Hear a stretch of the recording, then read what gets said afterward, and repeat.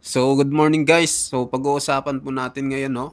At magbibigay tayo ng reaction dito sa banat ni VP Sara dito sa Bilyonaryo News, mga kababayan, na kapag nagbabalita daw itong Bilyonaryo News patungkol sa kanya ay bakit ganun daw yung picture niya. Mas maganda daw. Pangit daw yung picture niya tapos yung sa kalaban maganda. Eh, alam naman niya na mas maganda daw siya doon. So, pakinggan natin mga kababayan yung banat, no, ni VP Sara dito sa Billionaire News na tila sinupalpal niya itong media outlet na ito, mga kababayan. So, panoorin natin. One. Same topic. Ibang topic or yes. Other okay lang. matters. Other matters po. Other next question, Mr. RJ Rosalado, Billionaire News Channel. Uy, bilyonaryo. Pakisabi dyan sa opisina ninyo ha, na ayusin naman nila yung picture ko. Yung picture na gamitin nila, yung maganda ako, wag yung pangit ako. Wala naman akong pakialam kung anong sasabihin ng inyong outfit about sa akin. Basta paniguran maganda yung picture ko. Sige mga makakarating po. Bakit yung mga kalaban ko, magaganda yung mga picture na ginagamit nila? Bakit pangit yung picture na Oo nga. Sana yung mga tiga-Office of the Vice President, padalhan nyo nga ito siya ng mga magagandang picture ko para yun ang gamitin nila, be. Please lang. Di ba, ma'am? Napansin mo yun, ma'am? Yung kalaban ko, maganda yung photo, tapos ako, pangit yung photo. Eh, ang katotohanan naman, mas maganda naman ako doon sa kalaban ko, ma'am. Ano sana mo? Sige, Ha? doon mo sige pagawas. Ano yung... Nakakatuwa talaga si Vice President Sara, no? So, talagang kaabang-abang itong kanyang, ang kanyang yung sa darating na 2028, mga kababayan. So, sana lang BP makalusot ka dito sa administrasyon na to at ikaw yung maging susunod na presidente ng Pilipinas. So, hinihintay ka po ng marami, Vice President Sara Duterte. O, konting tiis na lang po, VP Sara. Konting tiis na lang po. yung sino ba kausap ko doon sa bilyonaryo na nakanganga ako, JC. Ano yung photo na yun? Ayan si Check, JC. ma'am. Alam ni JC yan. Okay. Bakit kasi nakanganga Billionaire News? Related dun sa appeal, ma'am. May panibagong evidence ba kayong sinubmit sa ICC dun sa appeal? Sorry, hindi ko alam. Kasi hindi nag-discuss yung abogado sa akin kung ano yung laman. Ang napag-usapan lang namin is merong appeal. Would you know kung sa pre-trial chamber ba or sa appeals chamber yung appeal? Appeals chamber. Appeals chamber. Yes.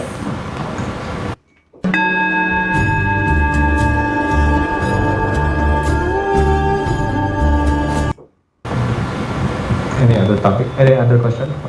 Follow up on ICC? Kami. Ibang topic. Ibang topic. Another topic. RJ, ikaw pa rin. Sige. Okay. Regarding sa plano po ni bagong ombudsman, Remulla, na hukay niya daw ulit sa hukay yung Parmali case.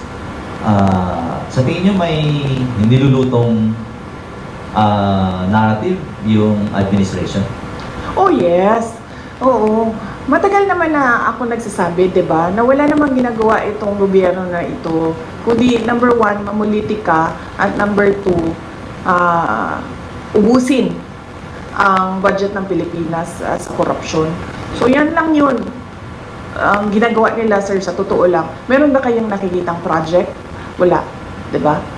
So ibig sabihin, wala na silang ibang objective para sa kanilang pagkaupo diyan sa administrasyon, kundi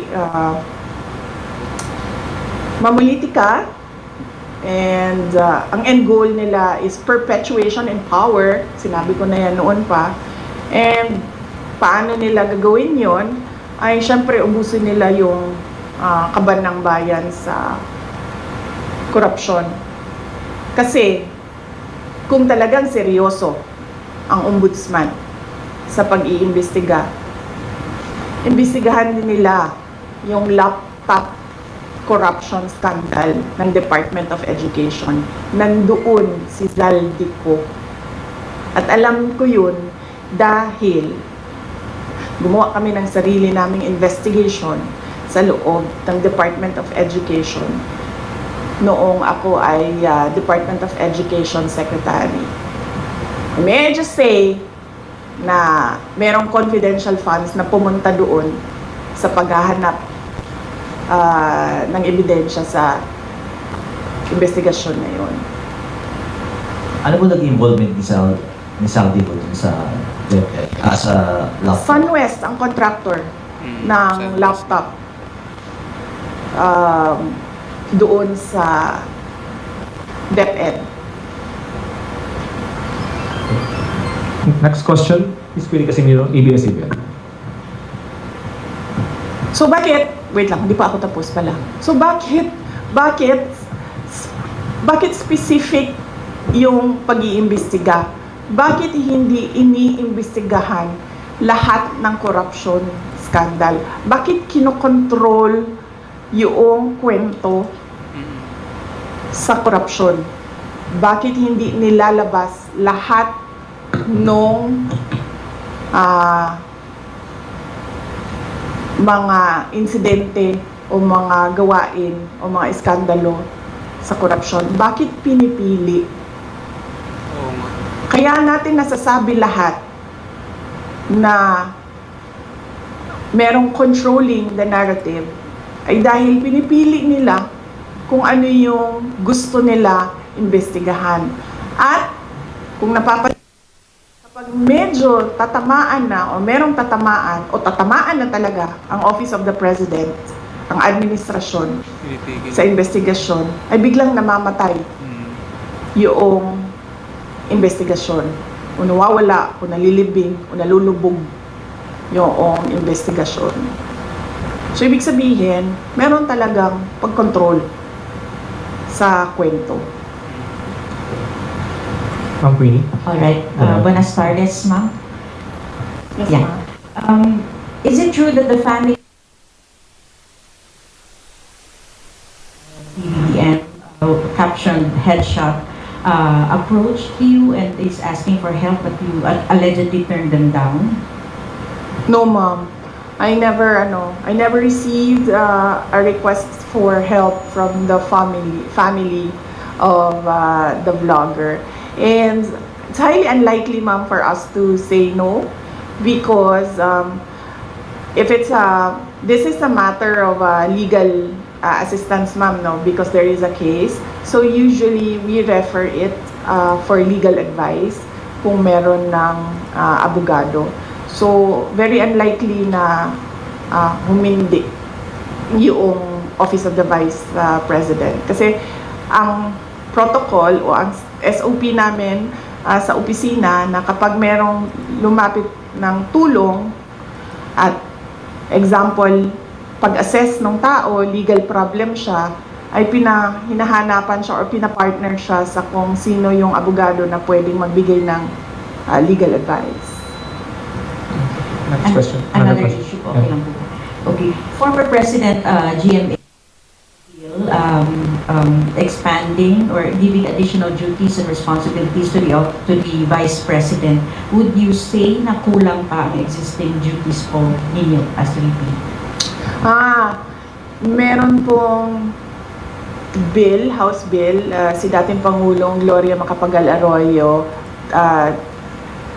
of an OVP charter. Doon sa charter, kung makikita ninyo, nakalagay lang doon yung institutionalization ng mga units sa opisina ng Pangalawang Pangulo at nakalagay din doon ang organizational structure. Kasi pagpasok namin, ma'am, ang nangyayari, bago lahat, lagi, walang institutional memory ang Office of the Vice President. So bago siya lahat lagi. Pagpasok ng bagong Vice President, bago ang opisina, bago ang structure, ang HR structure niya, bago ang mga units. So ang ginawa namin, ma'am, para merong continuity sa lahat ng mga Vice Presidents ay ginawa namin ng charter. Dinify namin doon na dapat merong USEC, dapat merong ASEC, ang opisina, at dapat merong mga ganito na klase ng mga units, KM, HR, legal, finance, para hindi nahihirapan yung Hi, my name is Wesley Ogude, Wealth Consultant for High Income and pasok na bagong Vice President. Kasama na din doon yung opisina, sana, permanent office, para hindi rin lumilipat kung saan-saan yung opisina ng Vice President. Ang pinakauna doon is that para alam ng mga tao kung nasaan ang Office of the Vice President. At pangalawa, para hindi palipat-lipat yung mga personnel ng Office of the Vice President kung saan sila titira. Dahil din kung saan nililipat yung kasakagustuhan ng Vice President kung saan siya ililipat. Nakalagay din doon, of course, yung security unit na naging controversial sa aking termino. At well, yung OVP, him namin, at mga iba pang mga administration policies inside the Office of the Vice President. Kung makikita ninyo, wala kami nilagay doon na specific project dahil ang office, ang function ng Vice President ay kumbaga constitutional successor. Yun lang ang only function ng Office of the ng Vice President. Pero sa atin, traditionally, ang Office of the Vice President ay binibigyan ng budget for the Vice President to decide on what his or her projects are, and then they can implement projects to complement the services of the other national government agencies. So on that note, hindi namin nilagay yun, ma'am. Kasi baka naisip ko, merong Vice President na papasok na wala siyang project, wala siyang gustong gawin, kundi maging constitutional successor lang. So ibig sabihin, mag-aantay lang siya na mawala yung presidente. Pero so far, wala pa naman tayong nakita by history, wala tayong nakita na Vice President na ganun ang gusto niya. Lahat merong kani-kanilang projects.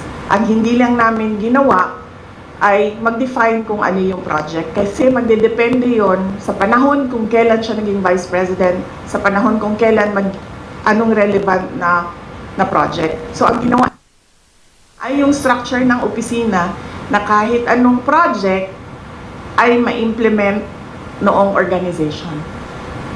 Just one last po. Yes, I don't know if you already asked for your reaction to the viral. So ayun mga kababayan, dito na natin tatapusin, no? Hindi na natin tatapusin yung interview kay VP Sara, masyadong mahaba. So yun lamang. So ano opinion nyo dito sa sinabi ni VP Sara about dito sa Billionaire News at dito na din po sa Marcos admin na binanggit niya din na ano nga daw dito sa mga investigasyon ay kapag napupunta na daw sa Malacanang yung usapin ay bigla daw pinapatay yung investigasyon mga kababayan. So, ano opinion nyo dito? Mag-comment kayo, mag-like at mag-share sa ating video. So, sa mga bagong pasok, pa-subscribe na din mga kababayan. Maraming salamat po.